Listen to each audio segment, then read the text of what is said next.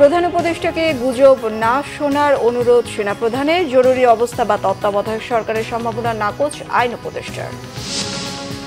নানা ষড়যন্ত্র চললেও নির্ধারিত সময়ে নির্বাচন হবে, বারবার ধ্বংসের চেষ্টার মাঝেও ঘুরে দাঁড়িয়েছে বিএনপি, বলেছেন মির্জা ফখরুল। বিএনপির প্রতিষ্ঠা বার্ষিকীতে চেয়ারপারসন অফিসে এনসিপি নেতারা। রাজনৈতিক সৌহার্দ্য ফেরানো এবং ফ্যাসিবাদের বিরুদ্ধে ঐক্যবদ্ধ থাকার আশা। ডাকসু নির্বাচন নিয়ে 1 ঘণ্টার নাটকীয়তা। হাইকোর্টের আদেশ চেম্বার আদালতে স্থগিত। নির্ধারিত সময়েই হবে নির্বাচন, বলেছেন ডিসি।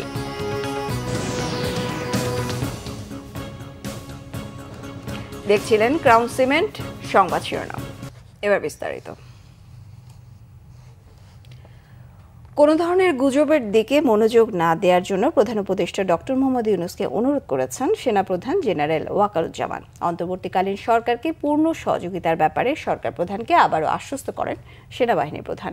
সোমবার প্রধান উপদেষ্টার সঙ্গে সাক্ষাতে আশ্বাস দেন সেনাপ্রধান। বৈঠকে প্রধান উপদেষ্টা বর্তমান পরিস্থিতিতে বেসামরিক প্রশাসনকে সহায়তায় সেনাবাহিনীর ভূমিকা নিয়ে আলোচনা করেন।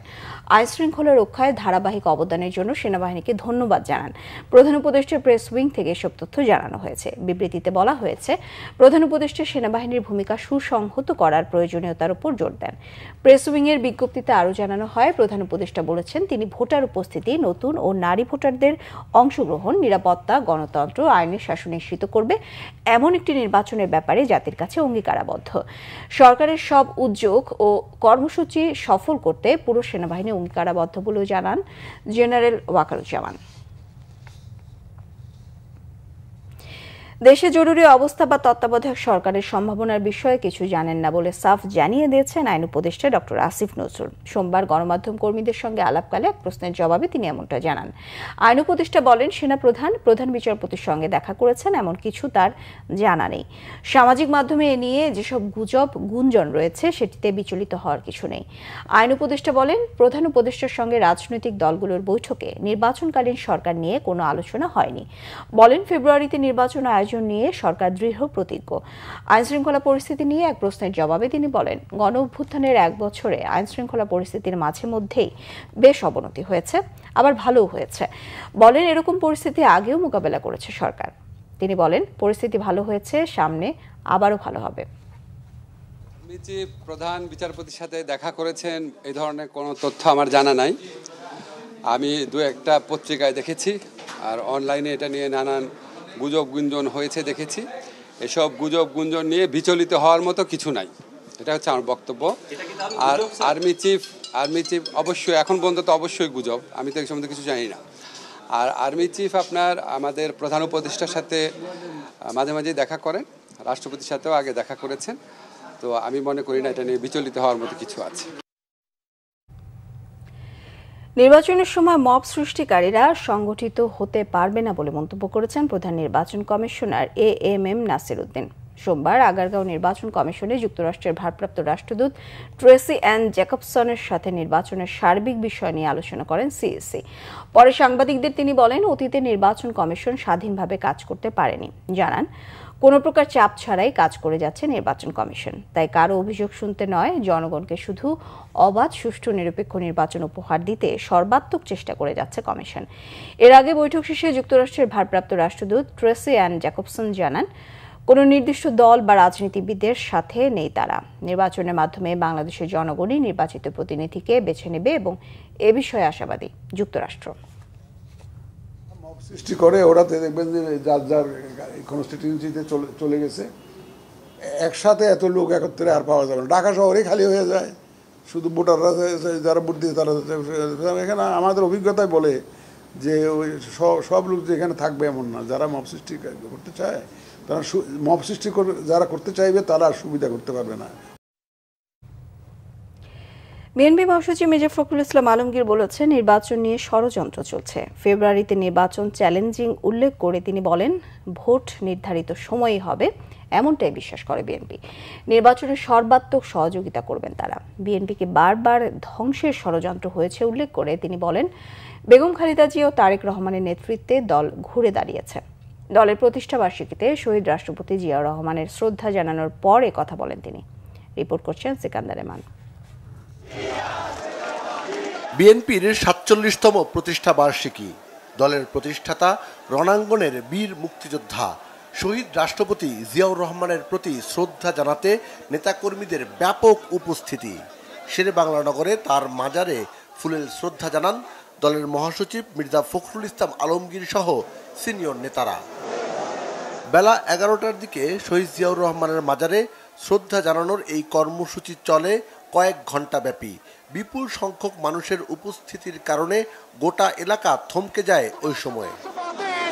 প্রতিষ্ঠাতার প্রতি শ্রদ্ধা, ভালোবাসা, নেতাকর্মীদের ত্যাগ ও দলের বিরুদ্ধে নানা ষড়যন্ত্রের বিষয়ে কথা বলেন বিএনপি মহাসচিব মির্জা ফখরুল ইসলাম আলমগীর। বিএনপির কে ধ্বংস করার জন্য বিএনপির প্রায় ৬০ লক্ষ মানুষের বিরুদ্ধে মিথ্যা মামলা দেওয়া হয়েছে। বিএনপির প্রায় ২০,০০০ মানুষকে হত্যা করা হয়েছে। ১৭০০ নেতাকর্মীকে গুম করা হয়েছে, খুন করা হয়েছে এবং একটা অবিশ্বাস্য রকমের একটা ফ্যাসিজম এখানে প্রতিষ্ঠা করা হয়েছিল। মূল লক্ষ্যই ছিল বিএনপিকে নিশ্চিহ্ন করা। আল্লাহর অশেষ রহমতে জনগণের আন্দোলনের মধ্য দিয়ে, ছাত্রদের আন্দোলনের মধ্য দিয়ে আমরা সেই ভয়াবহ হাসিনা থেকে মুক্ত করতে পেরেছি। ফেব্রুয়ারিতে নির্বাচন হওয়াটাই এখন বড় চ্যালেঞ্জ বলছে বিএনপি।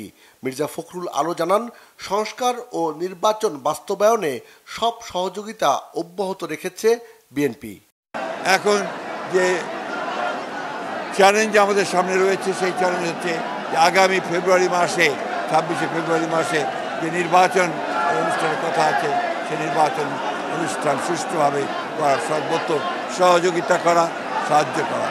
যে সংস্কার প্রস্তাবগুলো নিয়ে এসেছিল, সংস্কার যে আপনার কমিটিগুলো, কমিশনগুলো, সেই সংস্কারগুলো বিএনপি সর্বাত্মক সহযোগিতা করেছে এবং বিএনপির ৩১ দফা কর্মসূচি প্রবর্তনের মধ্যে দিয়ে বাংলাদেশের রাজনীতিতে সম্পূর্ণ আমূল একটি পরিবর্তন আনার ব্যবস্থা করেছে।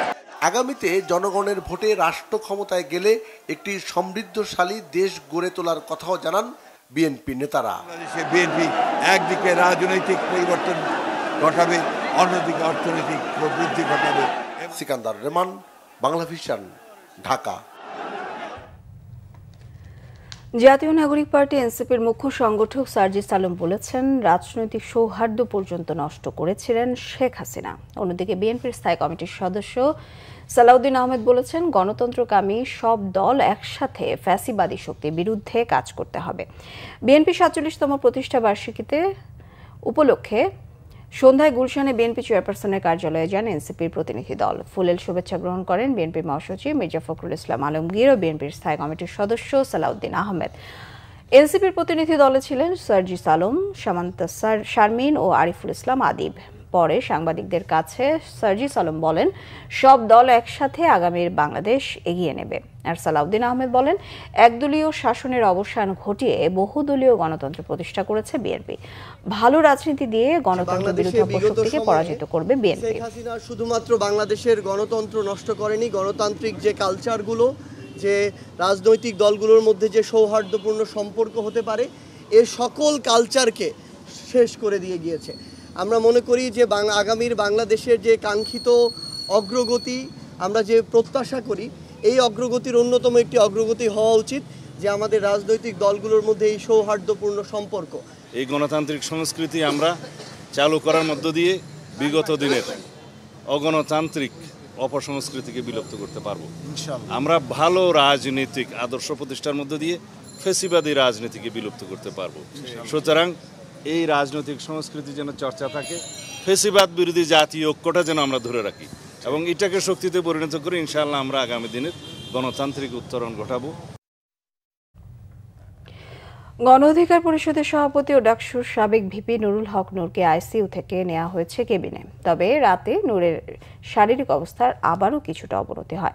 সোমবার ঢাকা মেডিকেল কলেজ হাসপাতালের পরিচালক ব্রিগেডিয়ার জেনারেল আসাদুজ্জামান জানান, ১ সপ্তাহের মধ্যে নুরুল হক নূর বাসায় যেতে পারবেন। তবে পুরোপুরি সুস্থ হতে আরও 2 মাস সময় লাগবে বলে প্রাথমিকভাবে ধারণা করছেন চিকিৎসকরা। ঢাকা মেডিকেলের পরিচালক বলেন, নূরের নাক ও চোয়ালের ভাঙা হাড় পুরোপুরি ঠিক হতে 4 থেকে 6 সপ্তাহ সময় লাগবে। নূর ছাড়াও গণ অধিকার পরিষদের আরও কয়েকজন নেতার চিকিৎসা চলছে ঢাকা মেডিকেলে।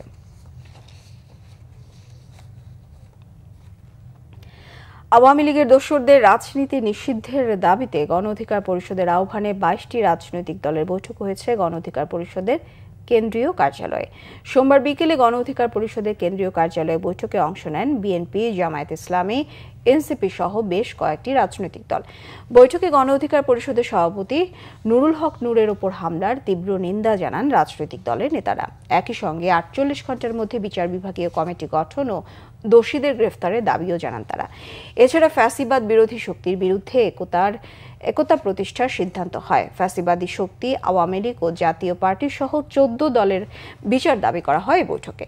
নূর সহ নেতাকর্মীদের ওপর হামলার প্রতিবাদে শহীদ মিনারে ফ্যাসিবাদ বিরোধী শক্তির সংহতি সমাবেশ করার সিদ্ধান্ত নেওয়া হয় বৈঠকে। সংস্কার না হলে নির্বাচন ঝুঁকির মধ্যে পড়তে পারে বলে মনে করেন বেসরকারি গবেষণা প্রতিষ্ঠান সেন্টার ফর পলিসি ডায়ালগ সিপিডির চেয়ারম্যান অধ্যাপক রেহমান সোবহান। সংস্কার প্রশ্নে ডক্টর দেবপ্রিয়র প্রশ্ন, অন্তর্বর্তী সরকার কি পথ হারিয়েছে? সুজনের সম্পাদক বদিউল আলম মজুমদার বলেন, সংস্কারের গাড়ি চলছে ঠিকই, কিন্তু গন্তব্যে পৌঁছাবে কিনা তা নিয়ে যথেষ্ট সন্দিহান তিনি। আরও জানাচ্ছেন জিয়াউল হক সবুজ। জনগণের প্রত্যাশা ও সুশাসন বিষয়ক কার্যাবলী পর্যবেক্ষণে সোমবার আনুষ্ঠানিক যাত্রা শুরু হলো নতুন প্ল্যাটফর্ম বাংলাদেশ রিফর্ম ওয়াচের, যার কাজ হবে রাজনৈতিক সংস্কার, কর্মসংস্থান ও সামাজিক সুরক্ষার বিষয়গুলো পর্যবেক্ষণ করা, সেই সাথে জনগণের অধিকার প্রতিষ্ঠা ও সুশাসন নিশ্চিতের অগ্রগতি দেখা। বিভিন্ন কমিটি এবং কমিশন থেকে এলো, সেগুলো কোথায় যেন মাঝে যেন আর আগাতে পারলো না। এটা কি তাদের আকাঙ্ক্ষার অভাব? এটা কি তাদের যৌথতার অভাব? এটা কি তাদের সক্ষমতার অভাব? নাকি এটার ভিতরে আরও কোনো বড় ধরনের স্বার্থের সংঘাত লুকিয়েছিল? এইটা একটা বড় প্রশ্ন সকলের সামনে এসেছে। এই অন্তর্বর্তী সরকার কি পথ হারাইয়াছে? এই প্রশ্নটি এখন আমাদের মনের ভিতরে বড়ভাবে আসছে যখন আমরা রাজনীতির ক্ষেত্রে বিভিন্ন ঘটনাবলী দেখছি এবং নির্বাচনের প্রস্তুতিতে বিভিন্ন ধরনের প্রক্রিয়া আমরা এই মুহূর্তে লক্ষ্য করছি। সেহেতু এই মুহূর্তে বাংলাদেশের উপর দিয়ে একটা ঝড় যাচ্ছে। এই ঝড়ের ভিতরে আমাদের সম্পদগুলোকে রক্ষা করতে হবে। অনুষ্ঠানের আলোচক, অর্থনীতিবিদ ও ব্যবসায়ী সহ সুশীল সমাজের সব প্রতিনিধির প্রায় একই মত, সংস্কার প্রশ্নে জনগণের আকাঙ্ক্ষা পূরণ করতে পারেনি অন্তর্বর্তী সরকার। আমি মনে করি রাজনীতির শেষ কথা বলতে হবে। শেষ কথাটা এই সময়ের শেষ কথা কি সেটা আপনাকে বলতে হবে। আর সংস্কার চলমান প্রক্রিয়াটা আমরা জানি, কিন্তু এই মুহূর্তে কি চলবে সেটাও বলতে হবে। গভর্নমেন্ট যদি আবার একটা সংস্কার করেও যায়, পরবর্তী সরকার এসে সেইটার প্রতি কমিটেড থাকবে কিনা সেই প্রশ্নটা কিন্তু থাকবেই। সো যদি আমরা পলিটিক্যাল পার্টিদেরকে এনগেজ করতে পারি এই 5 মাসে, সেইটা আমার মনে হয় মোর ইফেক্টিভ হবে। জুলাই আন্দোলনে রাস্তা নেমেছিল, বুক পেতে দিয়েছিল প্রায় সবাই, কিন্তু কয়জনে সংস্কার প্রস্তাবগুলো পড়েছে? কয়জনে এগুলো নিয়ে কিছু করেছে, সোচ্চার হয়েছে? কেউ করে নাই। তো আমরা ঘুমিয়ে পড়েছি। তো আমরা যদি ঘুম থেকে না জাগি, আমরা যদি সোচ্চার না হই, তাহলে অতীতে যা ঘটেছে তাই হবে। অনুষ্ঠানে অর্থনীতিবিদ অধ্যাপক রেহমান সোবহান জানিয়েছেন, সংস্কার ছাড়া নির্বাচনে ভয়াবহতা বাড়তে পারে।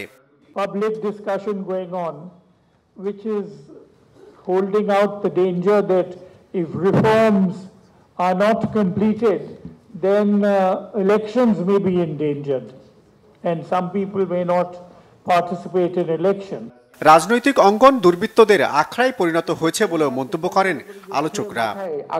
জিয়াউল হক সবুজ, বাংলাভিশন, ঢাকা। ডাকসু নির্বাচন স্থগিত করে হাইকোর্টে দেয়া আদেশ স্থগিত করেছে চেম্বার আদালত। এর ফলে ডাকসু নির্বাচনে আপাতত আইনি বাধা না থাকলেও এ বিষয়ে আপিল বিভাগে শুনানি হবে আজ। শিবির সমর্থিত প্রার্থী এস.এম. ফরহাদের প্রার্থিতা চ্যালেঞ্জ করে করা এক রিটের আবেদনের প্রাথমিক শুনানি নিয়ে সোমবার বিকেলে ডাকসু নির্বাচন 30 অক্টোবর পর্যন্ত স্থগিতের আদেশ দেয় হাইকোর্ট। বিচারপতি হাবিবুল গনি ও বিচারপতি শেখ তাহসিন আলীর বেঞ্চ এই আদেশ দেন। পরে এই আদেশের বিরুদ্ধে চেম্বার আদালতে যান ঢাকা বিশ্ববিদ্যালয়ের আইনজীবী। আদালতকে অনুরোধ করেন রাষ্ট্রীয় গুরুত্ব বিবেচনায় ডাকসু নির্বাচন স্থগিত না করতে। পরে হাইকোর্টের রায়ের বিরুদ্ধে আবেদনের শর্তে চেম্বার আদালতে আজ এর শুনানি না হওয়া পর্যন্ত হাইকোর্টের রায় স্থগিত করেন চেম্বার আদালত। এর ফলে ডাকসু নির্বাচনে আপাতত কোনো আইনি বাধা নেই।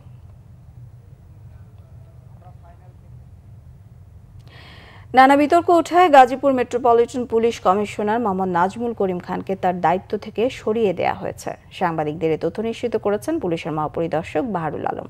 তিনি বলেন, তাকে প্রত্যাহার করে সদর দপ্তরে সংযুক্ত করা হয়েছে। আজ তাকে সদর দপ্তরে রিপোর্ট করতে বলা হয়েছে। সম্প্রতি গাজীপুর মেট্রোপলিটন পুলিশ কমিশনারের বিরুদ্ধে অভিযোগ ওঠে নাজমুল করিম খানের কর্মস্থল গাজীপুর হলেও তিনি প্রতিদিন ঢাকার গুলশান থেকে অফিস করেন।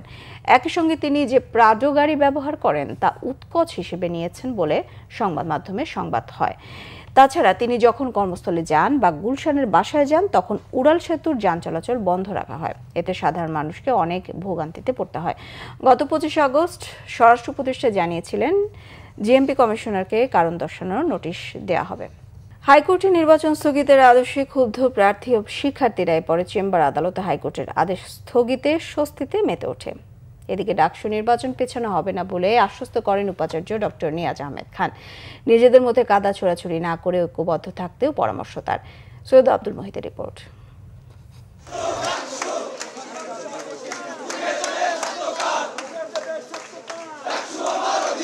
9 সেপ্টেম্বর ডাকসু নির্বাচন স্থগিত করে হাইকোর্টের আদেশের খবরে শিক্ষার্থীদের মুহুর্মুহু স্লোগানে উত্তাল ঢাকা বিশ্ববিদ্যালয়। বিভিন্ন হল, বিশ্ববিদ্যালয়ের বিভিন্ন বিভাগ থেকে খণ্ড খণ্ড মিছিল নিয়ে মধুর ক্যান্টিন, মল চত্বর, ভিসি চত্বর, রাজু ভাস্কর্যে জড়ো হয় শিক্ষার্থীরা। তাদের অভিযোগ, ষড়যন্ত্রকারীরা আদালতের ঘাড়ে বন্দুক রেখে ডাকসু নির্বাচন বন্ধের ষড়যন্ত্র করছে।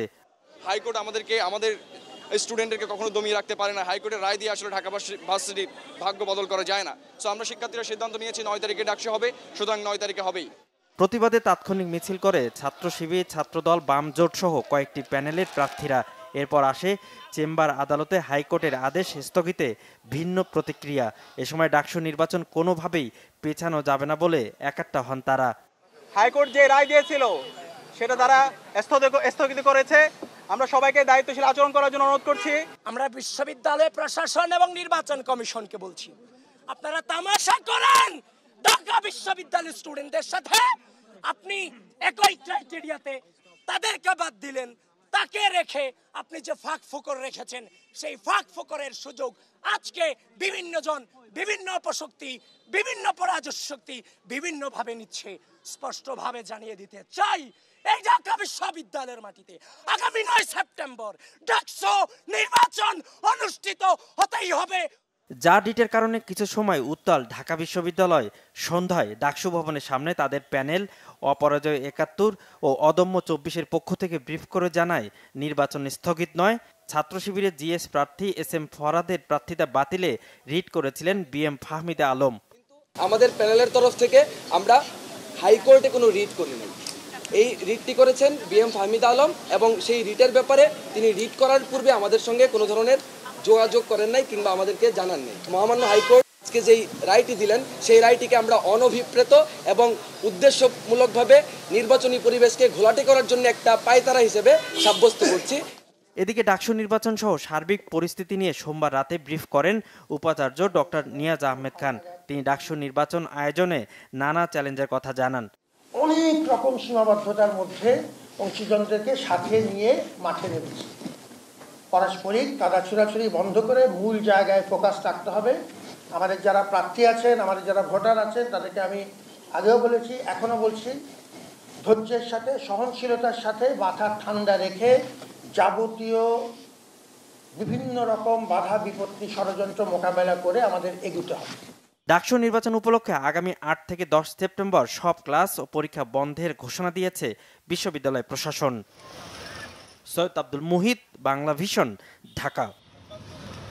সংবাদ শেষ করব ক্রাউন সিমেন্ট শিরোনামগুলো আরো একবার জানি।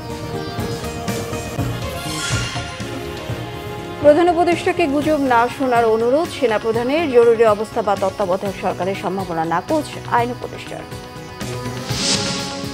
নানা ষড়যন্ত্র চলেও নির্ধারিত সময়ে হবে নির্বাচন। বারবার ধ্বংসের চেষ্টার মাঝেও ঘুরে দাঁড়িয়েছে বিএনপি, বলেছেন মির্জা ফখরুল। বিএনপির প্রতিষ্ঠা বার্ষিকীতে চেয়ারপারসন অফিসে এনসিপি নেতারা। রাজনৈতিক সৌহার্দ্য ফেরানো এবং ফ্যাসিবাদের বিরুদ্ধে ঐক্যবদ্ধ থাকার আশা। ডাকসু নির্বাচন নিয়ে 1 ঘণ্টার নাটকীয়তা। হাইকোর্টের আদেশ চেম্বার আদালতে স্থগিত। নির্ধারিত সময়ে হবে নির্বাচন, বলেছেন ডিসি।